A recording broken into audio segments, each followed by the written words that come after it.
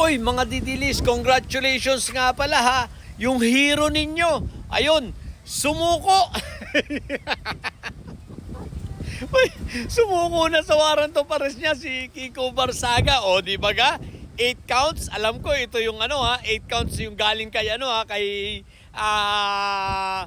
Tito namin, Tito Rason namin. What the heck? So iyak na naman kayo mga didilis, no? Katarantaduhan kasi nito si Meow Meow. Ayan. O so yari kayo sa tito namin. 8 counts, so 48,000 each. Ang piyansa niya, each count, so 8 yun, so 48,000 times 8. Kaya naman yung piyansa niyan.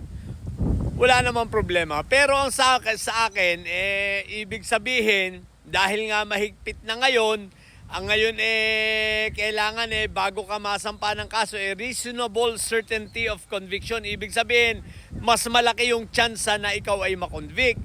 So kung nalabasan ka ng warrant, pagkatapos, ganyan, nasampahan ka ng kaso, umakyat sa piskalya, nakapasok na ipasok sa level ng ng court, at yun yan, nalabasan ka ng warrant, malamang-lamang yan.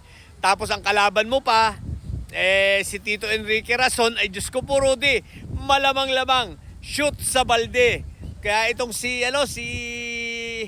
Meow Meow, expect lang natin, lalo pa yung magmama-meow meow para si Inday Sayad ay makaupo. Bakit? Dahil yun lang ang pag-asa niya.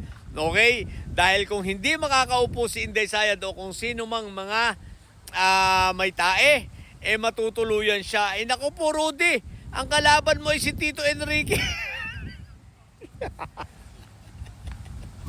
Tatanga-tanga ka kasi. Ang yabang-yabang mo, hinayo pa ka. Yan tuloy. Si Tito Enrique Rason pang ang kinanamo ha. O, di ba?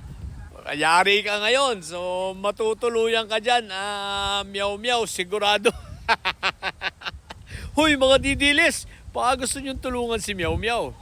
Baka gusto nyong, anong tawag dito? Tirahin nyo si Tito Enrique namin. Sabihin nyo, walang katarungan. Yung mga itong sila Mike Diferensya, Ilong Ranger, tulungan ninyo, Lipiste, tulungan ninyo, sirain nyo rin si Tito Enrique namin. Sabihin nyo, ipagtanggol nyo si Meow Meow at sabihin niyo, hindi, totoo lahat ng sinasabi ni Meow Meow namin. Tapos siraan si Tito Enrique Rason namin para makita rin ninyo. Mga takot. Si Meow Meow lang ang naglakas sa loob na siraan si Tito Enrique Rason namin, pumalpak pa. Itong iba, syempre, takot yan, wag do yan mga duwag.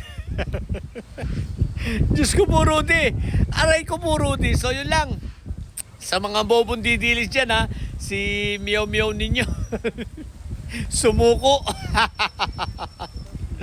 Ay, what the heck.